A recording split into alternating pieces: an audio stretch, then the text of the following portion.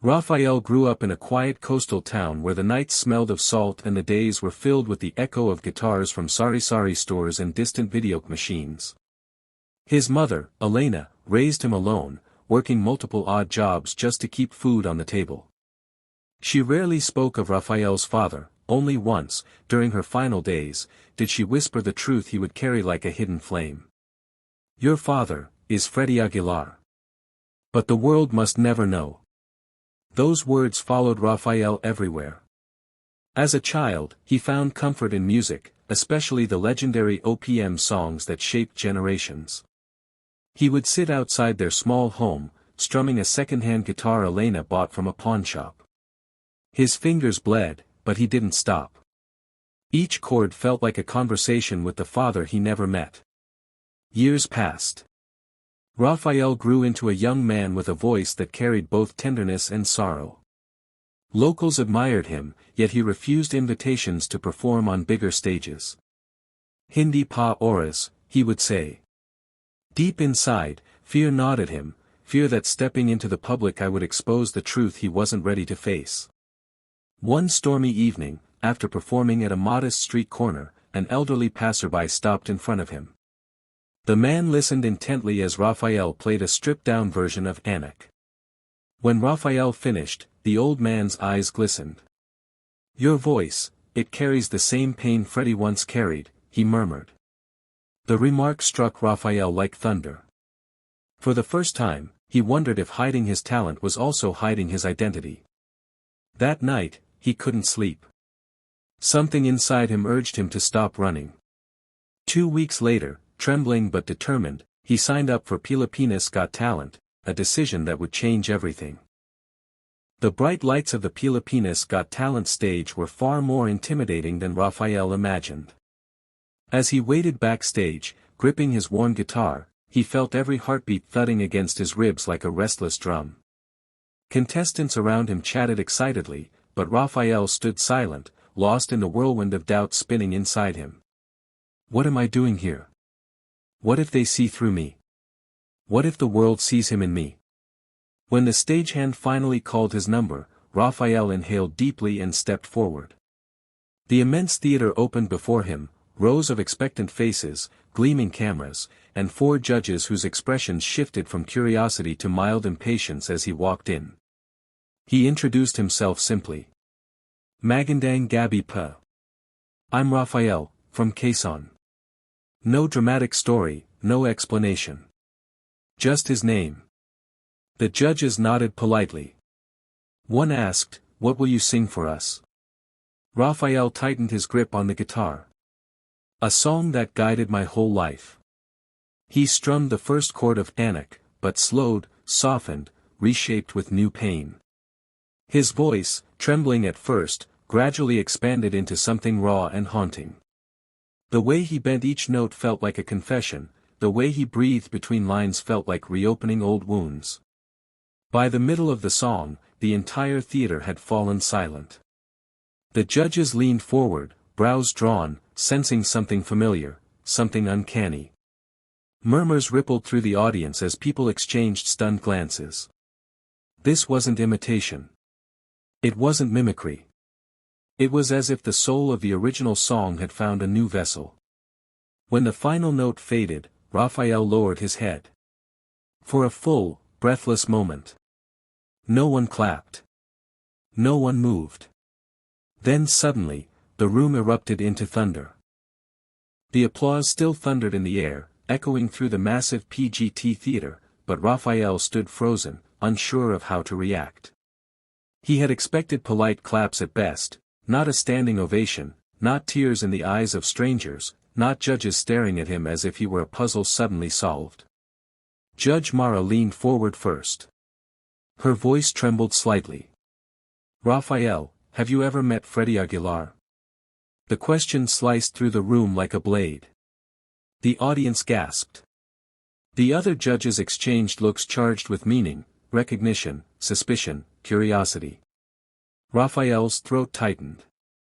No matter how many times he rehearsed his performance, he had never rehearsed this moment. He looked down at his guitar, the only thing grounding him, and forced a steady breath. I've never met him, he said softly. But his music raised me. It's the soundtrack of my life. His answer was true, but incomplete. The judges weren't satisfied. Judge Anton narrowed his eyes. Your phrasing, your tone, even the emotion of your delivery, it's too close. There's something there. The audience buzzed louder. People whispered. He sounds exactly like Freddie Aguilar. Look at his face, the resemblance. Is he the hidden son? Backstage, producers huddled, scrolling rapidly through social media as clips from the audition leaked instantly. The online world erupted, comments, comparisons, theories, old interviews resurfacing. Raphael felt the pressure tightening around him. He hadn't come to reveal a lineage. He came to reveal a voice. Yet here he was, caught under a spotlight he could no longer control.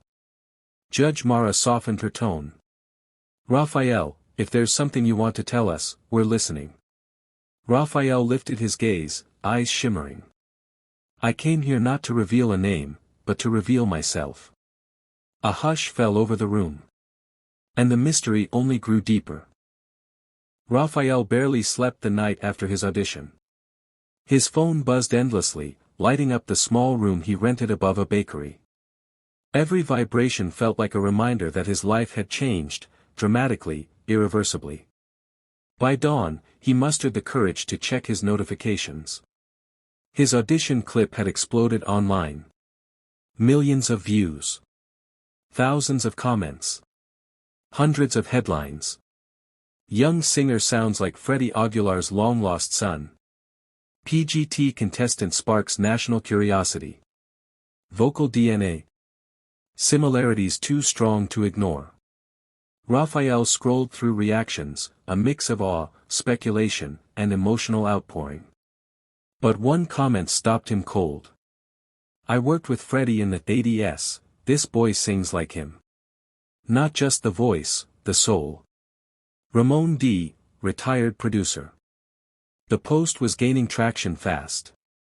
People debated, analyzed, compared vocal patterns, even dug up old photos of Freddie Aguilar in his youth. The resemblance was undeniable. Raphael's quiet world was suddenly too loud. He closed his windows to block the noise from the street, but nothing could block the noise online. He turned off his phone, but even silence felt heavy. Despite everything, Raphael knew one truth. He never came for fame. He came to break the fear that kept him hidden for years. Determined to prove he wasn't just a copy, he dedicated himself to preparing for the next round. For days he stayed indoors, rehearsing until his voice cracked. Practicing original melodies. Trying to carve his own identity through music. Yet, deep within him, a rising question refused to disappear. Would Freddie Aguilar see his performance? Would he recognize something? As the week of semi-finals approached, PGT producers called. Raphael, we need to talk, big things are happening. He felt it. The world was moving toward him. And there was no turning back. The night of the semi-finals arrived with a weight Raphael had never felt before. The PGT stage looked bigger, brighter, and far more intimidating than during the audition. The backstage area buzzed with whispers, not just about his voice, but about the possibility that he was Freddie Aguilar's hidden son. Every pair of eyes seemed to follow him. But Raphael had only one goal tonight. To sing his truth. He stepped into the spotlight with nothing but his guitar. No dramatic intro, no backstory video. Just silence, the kind that waits for truth to be spoken. I wrote this song, he said softly, for anyone who ever felt hidden. Then he played Hindi Ako Itatago. The first verse was fragile, trembling with vulnerability. The second carried deeper strength. By the chorus, his voice rose with a power that shook the entire theater, a voice shaped by pain, love, longing, and the weight of a legacy he never asked for but could no longer deny. Every lyric felt like a confession. His mother's secret. His fear of the truth. His desire to step into the light on his own terms. The crowd didn't breathe. Then, as he sang the final lines, someone moved quietly backstage. A familiar silhouette. A presence that shifted the entire room's energy. Freddie Aguilar himself. The moment Raphael finished, the arena erupted, but Freddie walked calmly toward the stage. The hosts froze. The judges stood. The audience screamed. Raphael, confused, watched the legendary figure step into the light. Freddie placed a hand on his shoulder, gentle, steady, emotional. "I don't know the whole story," he said, voice thick, "but tonight. I saw my legacy in you." Tears filled Raphael's eyes. For the first time in his life, he didn't feel hidden. He felt seen. The world witnessed history. A legacy reclaimed on the PGT stage.